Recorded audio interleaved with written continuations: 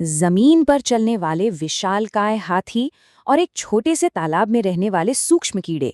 सुनने में इन दोनों का आपस में कोई तालमेल नहीं लगता है ना।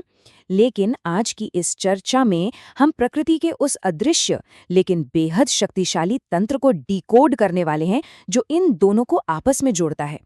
ये कोई जादुई कहानी नहीं, बल्कि पूरी तरह से विज्ञान और पारिस्थितिकी पर आधारित है। तो चलिए बिना किसी देरी के सीधे इस रोमांचक सफर पर निकलते हैं। सामने दिख रहे इस दृश्य पर गौर करें। हाथियों का एक पूरा झुंड रेलवे ट्रैक पार करके मानव बस्तियों की ओर बढ़ रहा है। ओडिशा, असम और झारखंड जैसे राज्यों में ये नज़ारा अब आम होता जा रहा है, जहां हाथी खेतों और गांवों में घुस आते हैं।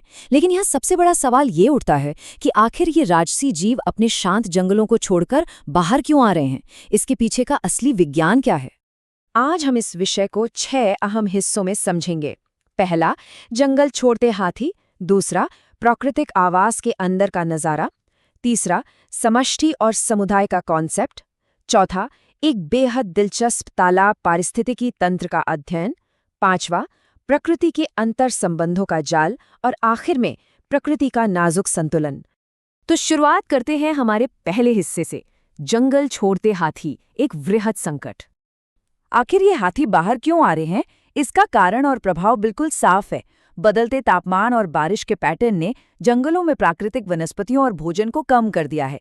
जल स्रोत सूख रहे हैं। ऊपर से सड़कों और इमारतों के लिए लगातार हो रही वनों की कटाई ने इनके घरों को सिकोड़ दिया है।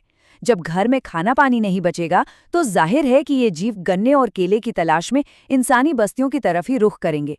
अब इस टकराव को टालने के लिए अधिकारी वन्यजीव गलियारे या कॉरिडोर बना रहे हैं, ताकि ये जानवर बिना इंसानों से टकराए सुरक्षित रूप से बड़े जंगलों तक आ जा सकें। अब इस वृहद संकट से थोड़ा पीछे हटते हैं और दूसरे हिस्से पर चलते हैं, प्राकृतिक आवास के अंदर, जो किसी भी पारिस्थितिक तंत्र की नींव है। यहाँ दो बिल्कुल अलग पारिस्थितिक तंत्रों की तुलना की गई है। एक तरफ घना जंगल है और दूसरी तरफ एक जलीय तालाब। दोनों देखने में एकदम अलग हैं, लेकिन दिलचस्प बात यह है कि मूल रूप से दोनों का काम बिल्कुल एक जैसा है। चाहे वो जंगल का हिरन हो या तालाब की मछली, ये दोनों ही जगहें अपने निवासियों को जीवित रहने के लिए भोजन, ऑक्सीजन और आश्रय देती हैं। प्रकृति का ये नियम हर जगह लागू होता है। अब किसी भी आवास को गहराई से समझने के लिए इसके दो मुख्य पिलर्स को जानना जरूरी है, जैविक और अजैविक घटक। जैविक यानी वो हर चीज जिसमें जान है, जैसे पेड़ पौधे, जानवर, मछलियां और सूक्ष्म जीव। और अजैविक वो भौतिक चीजें हैं जिनमें जान नहीं है, लेकिन उनके बिना जीवन संभव नहीं, जैसे सूरज की रोशनी, पानी, मिट्टी और तापमान। कोई भी जीव दरअसल इन्हीं दोनों के बीच के एक लगातार चलने वाले तालमेल से ही जिंदा रहता है। इस तालमेल को थोड़ा और करीब से देखने के लिए बढ़ते हैं तीसरे हिस्से की ओर, समष्टि और समुदाय, जीवन की संरचना। जीव विज्ञान में अक्सर इन दो शब्दों को लेकर कन्फ्यूजन होता है, पर अंतर बहुत ही सीधा है। समष्टि या पॉपुलेशन का मतलब है एक ही जगह और समय पर रहने वाले किसी एक ही प्रजाति के जीवों का ग्रुप, जैसे एक तालाब में रहने वाली एक खास तरह की मछलियों का झुंड। लेकिन समुदाय या कम्युनिटी का दायरा बहुत बड़ा होता है। जब उसी तालाब में मछलियां, मेंढक, पौधे और बैक्टीरिया यानी अलग अलग प्रजातियों की कई समष्टियां एक साथ रहती हैं और अपना घर शेयर करती हैं, तो वो मिलकर एक समुदाय बनाती हैं। और इसी समुदाय के कॉन्सेप्ट को एक शानदार उदाहरण से समझते हैं हमारे चौथे हिस्से में, तालाब पारिस्थितिकी तंत्र का अध्ययन, एक सूक्ष्म श्रृंखला प्रतिक्रिया। इस चित्र में 4 अहम किरदार हैं: पानी के अंदर तैरती मछली, हवा में उड़ने वाला ड्रैगन फ्लाई यानी व्याधि पतंग, फूलों पर मंडराने वाली मधुमक्खी और किनारे पर खिले हुए फूल। शोधकर्ताओं ने एक बड़ा ही कमाल का अध्ययन किया। उन्होंने 2 तरह के तालाबों को देखा, एक जिनमें मछलियां थीं और दूसरे जिनमें मछलियां बिल्कुल नहीं थीं। मकसद ये देखना था कि पानी के अंदर रहने वाली मछली का असर जमीन पर उगने वाले पौधों पर कैसे पड़ता है। और जो नतीजे आए वो किसी डोमिनोज इफेक्ट से कम नहीं थे। चलिए इसे स्टेप बाय स्टेप डिकोड करते हैं। जिन तालाबों में मछलियां होती हैं वो पानी में मौजूद ड्रैगनफ्लाई के लार्वा को खा जाती हैं। इससे होता क्या है कि बहुत कम ड्रैगनफ्लाई ही बड़े हो पाते हैं। अब क्योंकि ड्रैगनफ्लाई मधुमक्खियों और तितलियों का शिकार करते हैं, तो उनके कम होने से ये बेचारे परागणकर्ता सुरक्षित बच जाते हैं।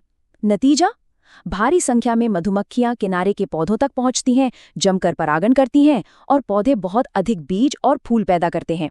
ये वाकई सोचने वाली बात है कि पानी के अंदर मौजूद एक मछली अप्रत्यक्ष रूप से जमीन पर ढेरों फूल खिलने की वजह बन रही है ना? ये एकदम माइंड ब्लोइंग। इस माइंड ब्लोइंग कनेक्शन के बाद अब आते हैं 5वें हिस्से पर, अंतर संबंधों का जाल, पारिस्थितिकी संबंधों का वर्गीकरण। अगर हम प्रकृति के पूरे कामकाज का निचोड़ निकालें तो मुख्य रूप से 3 तरह के इंटरैक्शंस होते हैं। पहला है जैविक अजैविक, जहां सजीव और निर्जीव के बीच संबंध होता है, जैसे केंचुए का नम मिट्टी में रहना। दूसरा है अजैविक अजैविक, जहां 2 निर्जीव भौतिक तत्व आपस में रिएक्ट करते हैं, जैसे सूरज की गर्मी से पानी का भाप में बदलना। और तीसरा है जैविक जैविक, जहां सजीव जीवों का आपस में आमना सामना होता है, जैसे तालाब में भोजन के लिए मेंढक और मछली के बीच की रेस। पूरी की पूरी प्रकृति इन्हीं 3 नियमों के इर्द गिर्द बुनी गई है। और ये जीवंत दृश्य इस बात का पक्का सबूत है कि कोई भी पारिस्थितिकी तंत्र अकेले काम नहीं कर सकता। जमीन और पानी के सिस्टम लगातार एक दूसरे से जुड़े हुए हैं और एक दूसरे पर असर डालते हैं। हवा, पानी, धूप, पौधे और जानवर, ये सब एक विशाल जटिल नेटवर्क का हिस्सा हैं। अगर इस जाल के किसी एक धागे को जरा सा भी छेड़ा जाए तो कंपन पूरे जाल में महसूस होता है। और इसी कंपन से जुड़ा है हमारा छठा और आखिरी हिस्सा, प्रकृति का नाजुक संतुलन, अंतिम निष्कर्ष। पूरी चर्चा का निष्कर्ष बिल्कुल स्पष्ट है। स्रोत सामग्री साफ तौर पर चेतावनी देती है कि हमारी मानवीय गतिविधियां इस प्राकृतिक संतुलन को बहुत गहराई से नुकसान पहुंचा रही हैं। जब हम जरूरत से ज्यादा मछलियां पकड़ लेते हैं तो वो तालाब वाला सूक्ष्म संतुलन पूरी तरह चरमरा जाता है, और जब तेजी से सड़कें और इमारतें बनाने के लिए जंगल काटे जाते हैं तो वनों का संतुलन बिगड़ता है, जिससे मजबूरन हाथियों को हमारी बस्तियों में आना पड़ता है। ये सब एक ही चेन के अलग अलग हिस्से हैं। तो अंत में एक बहुत ही गहरा और विचारणीय सवाल सामने आता है, क्या मानवीय गतिविधियां अंततः प्राकृतिक आपदाओं का कारण बन सकती हैं? प्रकृति का ये पूरा जाल इतना ज्यादा नाजुक और आपस में गुंथा हुआ है कि हमारे एक छोटे से छोटे दखल का भी बहुत भयानक परिणाम हो सकता है। ये एक ऐसा सवाल है जिस पर हम सभी को गंभीरता से विचार करना चाहिए। आज की इस चर्चा में बस इतना ही। ज्ञान के इस सफर में शामिल होने के लिए बहुत बहुत धन्यवाद।